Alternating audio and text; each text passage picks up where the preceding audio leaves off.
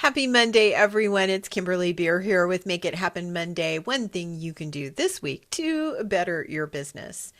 What I want to talk to you this week about is your blog categories and tags, and going through an audit and taking a look to see if maybe you need to do some adjustments. For most of you out there, if you've had a blogging presence for a while, you may not have gone back and looked at this for a bit. For those of you who are new to it, you might be getting some good information on what categories and tags are and how you might want to build them out for your specific blog. So first of all, determine if your blog needs a makeover. Take a look at it with fresh eyes from your user's perspective and see if there's information in there that's appearing that's out of date or that doesn't make a lot of logical sense. And many times the very first place that you'll start to find issues is in the categories of your blog. So it's important that when you're looking at the categories and the tags as well, that the organizational structure makes sense for both your readers and search engine optimization, since both of these parties use the categories and tags in your blog in order to make decisions about where to place them in either their customer journey or in a search engine index return. So this is critical information for the people and the robots out there in the world. So let's break it down. Let's take a look at categories first. So categories, think of these as the chapters in a book per se. So if you look at your overall blog as a book, these are the chapters. Categories are required by WordPress. In other words, you need to have at least one category, and your blogs will be applied to that one category when you create them inside of WordPress. Your categories are accessible blog wide. In other words, versus tags that tend to be very post specific, your blog categories, think of them more as an overarching or overall index to your blog.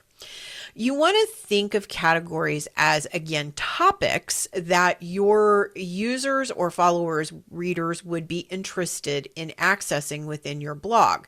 So if somebody comes to your blog, they're going to use categories to drill down and find the information quickly, the pool of information quickly within your blog that they want to access.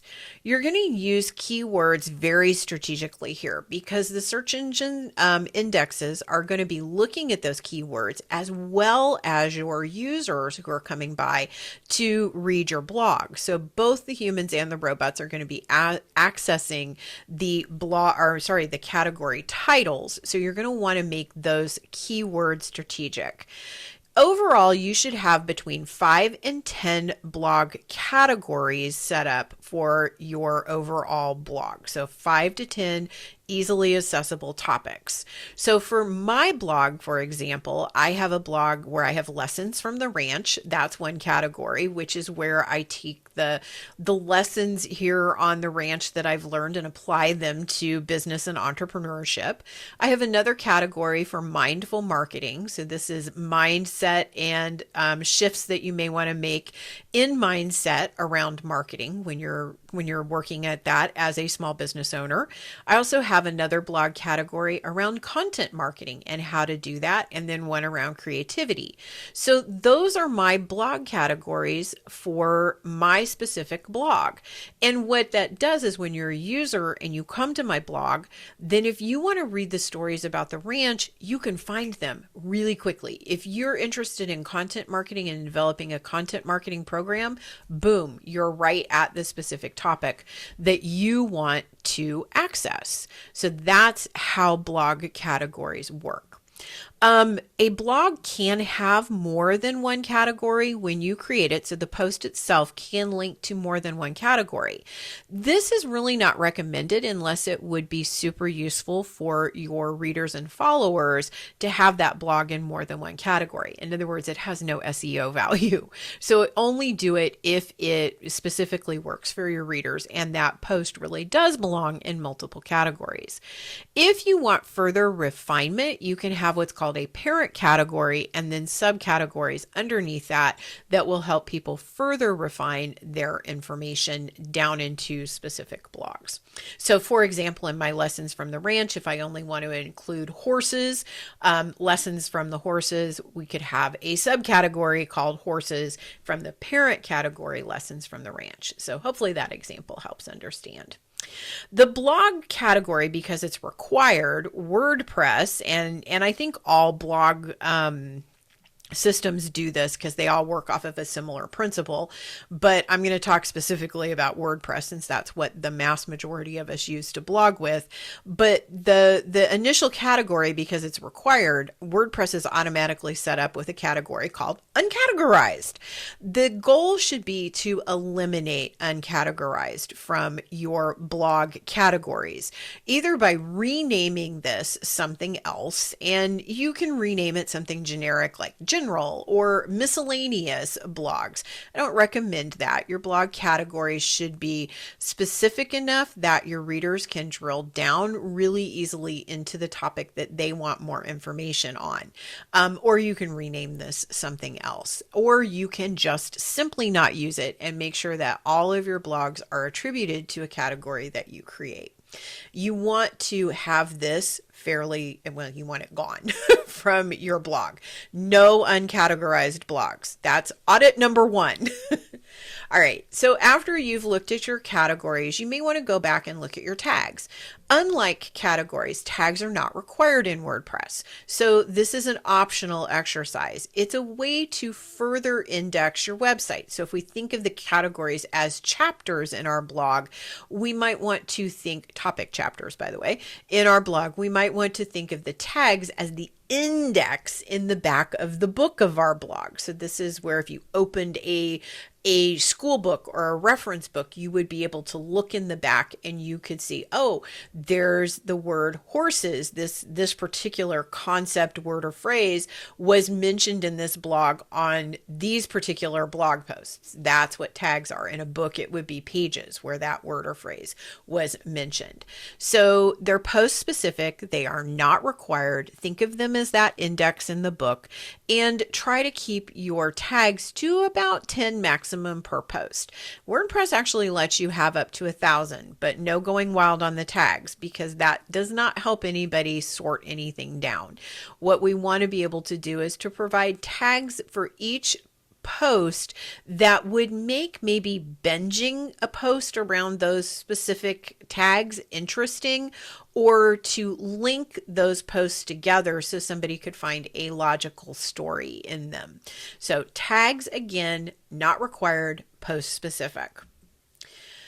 When you're doing your blog audit, you're going to look at your blog as a whole from your reader or users or visitors perspective, whoever you want to think about coming to your blog. And you're going to look for these specific things. You're going to make sure you can easily locate posts. Speaking today is hard for me, apparently. Can you easily locate posts that address your target customers' pain and gain points? That's absolutely necessary for anybody who is in business. Our blog is usually there to promote sales or get donations for our nonprofit.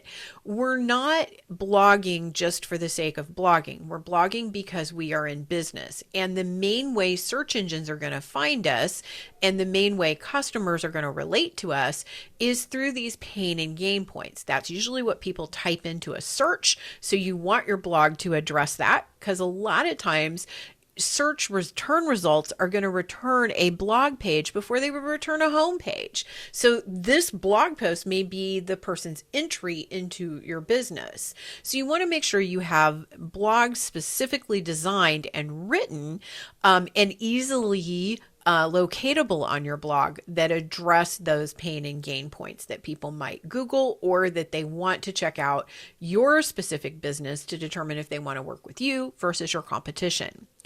The second thing you want to do is kind of a first impression check on your overall, like the blog page, the first one that people come to. Do the posts that are put there feel current and brand appropriate? In other words, are you putting up information that is really good, but maybe the date on the blog is 10 years ago? That might feel old or it might feel out of date. And that first impression is really important to your customers. So you want to make sure that if you are using a date, that the date is current.